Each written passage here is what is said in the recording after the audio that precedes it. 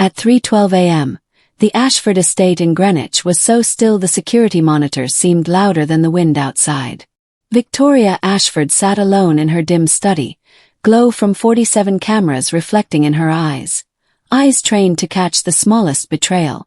Then one frame stopped her breath. Daniel Mercer, the quiet night janitor who treated her mansion like sacred ground, had stepped into the east wing. No one ever crossed that hall. Not without permission. He stood before her mother's portrait, shoulders tight, lips moving in a whisper meant for no one. Victoria leaned toward the screen. "What are you doing there?" And somewhere in the dark corridor, Daniel murmured, "Some things can't stay buried." The words hit her like a warning or a confession. In a house built on surveillance, this was the first moment she felt truly blind. And she knew the night was about to unravel everything she thought she controlled. Like the story so far. Subscribe to Canada's Heartfelt Tales for more powerful narratives. The moment Daniel's whisper bled into the silent corridor, Victoria felt a tension settle over the estate like a shifting storm. The house, her fortress of glass, marble and watchful machines, had never felt so fragile. And as Daniel turned away from the portrait that night, the light in the hallway trembling behind him, the story she thought she knew about her life began to fracture. The cameras kept recording, but something had changed inside her. Every step he took carried a new weight, a suggestion of a truth she was not prepared to face. Daniel walked with purposeful restraint, shoulders rounded as if protecting a memory, a promise, or a wound that refused to heal. Victoria followed him through the security feed, but the distance between them felt sharper now, as though the cameras were no longer tools but barriers. By late morning, exhaustion forced her to bed, but even sleep refused to claim her fully. She kept replaying his words, "Some things can't stay buried," until they became an anchor in the dark. She should have dismissed it as a janitor muttering to himself. Yet something in the way he said it made her feel as if he were speaking directly to her, calling out the truth she spent years refusing to confront. The next night arrived quickly. Daniel began his shift with the same measured precision, but now Victoria caught herself analyzing his posture, the tension in his jaw, the way his eyes lingered on certain corners of the mansion as if preparing for something inevitable. Around 1:30 a.m., he paused in the solarium, quietly adjusting the fallen leaves of a dying plant. She expected him to move on immediately, but instead he whispered, "Let me help you hold on," almost like a prayer. Something inside her cracked at that. People didn't talk to objects unless they were talking to themselves. By 3 a.m., he drifted again toward the east wing. This time his steps carried a kind of resolve that made Victoria sit up straight. She followed him through the cameras until he stopped before the portrait, head slightly bowed. The corridor lights flickered from the winter wind outside, throwing shadows across his face. He whispered something too soft to decipher, then wiped his eyes with the back of his hand. Victoria's breath caught. Not fear, something deeper. Something she didn't want to name. The next evening, she found the courage to meet him in person. She stepped quietly into the solarium where he was kneeling to gather broken shards of a ceramic pot knocked off balance by the draft. Daniel rose slowly, dusting his palms on his uniform. His voice was steady, but his eyes betrayed the fatigue he carried like a second spine. "Ms. Ashford," he said, respectful yet distant. "Is something wrong?" She hesitated, not because she feared the truth, but because she feared hearing it aloud. "Why do you go to that portrait every night?" His eyes darted away just for a second, but it was enough. He inhaled, gathering an answer that seemed carved from pain. "She looked like someone I owed a thank you to," he said quietly. That was all. No elaboration. No excuses. And somehow that fragment of honesty rattled Victoria more than any lie could have. As the days passed, the mansion's usual rhythm shifted. The housekeeper noticed tension in Victoria's shoulders, the chef avoided the second-floor hall entirely, and the groundskeeper swore he heard footsteps long after everyone had clocked out. Even Daniel felt the change. His movements grew sharper, his quiet moments heavier. The breaking point arrived one brutal night when a winter storm battered the estate. Wind slapped against the windows so hard the frames trembled. At 2:57 a.m., an alert blared across the monitors. Motion detected in the garage. Victoria opened the feed and saw Daniel sprinting between the vehicles, face pale with urgency. A pipe had burst outside the guest house, sending water spilling across stone tiles. Daniel didn't hesitate. He ran straight through the blizzard's bite, grabbing tools not meant for him, breaking protocol he had never once breached.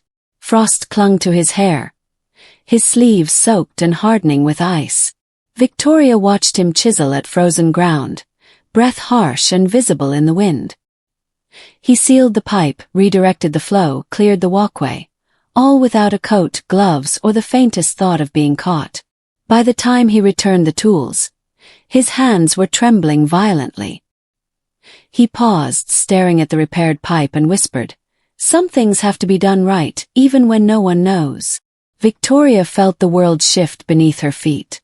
For years she told herself surveillance kept her safe. But this man, this quiet janitor, had protected her home more fiercely than any system she had built. And he had done it unseen. The change inside her was slow but undeniable. She found herself lingering in the halls at night, not to watch the cameras but to hear the echo of Daniel's footsteps. She noticed how he treated the staff. Small nods of respect, quiet acknowledgments, acts of generosity no one saw. He brought the chef hot tea on cold nights. He fixed the gardener's broken cart without being asked. He helped the delivery boy push a heavy crate up the stairs when no one else bothered. Yet there were people who did not appreciate him. Among the staff was Harold Gaines, the estate's senior security supervisor. Harold despised Daniel from the moment he arrived, saw him as inferior, unworthy of the pristine marble halls he himself had never fully belonged to. Harold sneered at Daniel's old Honda, mocked his uniform, made petty complaints about the floors Daniel cleaned. He whispered to others that people like that didn't deserve access to the Ashford estate. Daniel ignored him, but the cruelty escalated. One night, Harold cornered him near the service elevator. The cameras caught only glimpses. Harold jabbing a finger into Daniel's chest, Daniel stepping back, refusing to retaliate. "You think you're special because the boss watches you," Harold hissed. "She pities you, that's all. And when she gets tired of you, you'll be back where you belong, scrubbing convenience store bathrooms." Daniel didn't lift his gaze. "I'm just doing my job," Harold smirked. Not for long.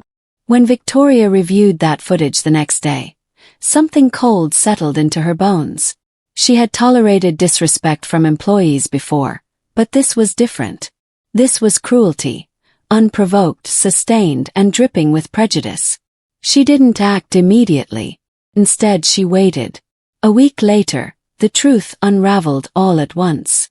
Harold entered her office with falsified reports claiming Daniel was stealing expensive items from the storage room. He presented evidence, a blurry screenshot, a miscounted inventory log, and spoke with the self-assured venom of a man who believed his bias was justice. "Ms. Ashford," he said smugly, "I think we need to terminate him. For the safety of the estate." Victoria didn't blink. "Show me the footage." Harold hesitated, surprised. He hadn't expected her to check. She pulled up the files herself and exposed every lie. The footage clearly showed Harold planting the items himself during a shift change. The timestamp confirmed it. The angle caught his face. Harold's expression collapsed. Victoria's voice was razor-sharp. "You tried to destroy a man's livelihood because you couldn't stand the idea that decency earns respect more than entitlement." Harold stammered. I didn't." "Save it," she said. "You're done here." Security escorted him off the premises within minutes. No severance. No recommendation. No return. As the front gates closed behind him, Victoria felt a satisfaction she rarely allowed herself. There were consequences in this world. Real ones, and seeing a corrupt man fall by his own hand was a justice she hadn't realized she needed. Daniel learned of the incident only when Victoria approached him that night, the corridor's soft lights casting gentle shadows across his tired face. "You didn't deserve what he did," she said. Daniel lowered his gaze. "I've dealt with worse." "You won't hear," she replied. "Not anymore." Their eyes met. No cameras, no screens, no walls between them. And for the first time, trust didn't feel like a risk. Felt like a beginning. But this wasn't the end of the story. Something else was coming. Something tied to Daniel's past. And someone who thought they understood power was about to learn what true accountability looks like. What happens when the next secret surfaces? And this time, the villain has far more to lose. In the weeks that followed Harold's removal, the estate settled into a calmer rhythm, almost as if the walls themselves recognized a shift long overdue. Victoria walked through her home without the weight of constant suspicion, noticing the quiet details she once overlooked. The soft echo of footsteps at dawn, the hum of the heating vents, the faint scent of lemon oil lingering after Daniel finished his rounds. And somewhere within that newfound stillness, she began to understand something she had never allowed herself to believe. Safety didn't come from control. It came from choosing people who stood firm when no one asked them to. Daniel carried on with steady gratitude, offering help without ceremony and treating every corner of the mansion as if it carried a story worth protecting. His presence didn't just fill the silence. It changed the meaning of it.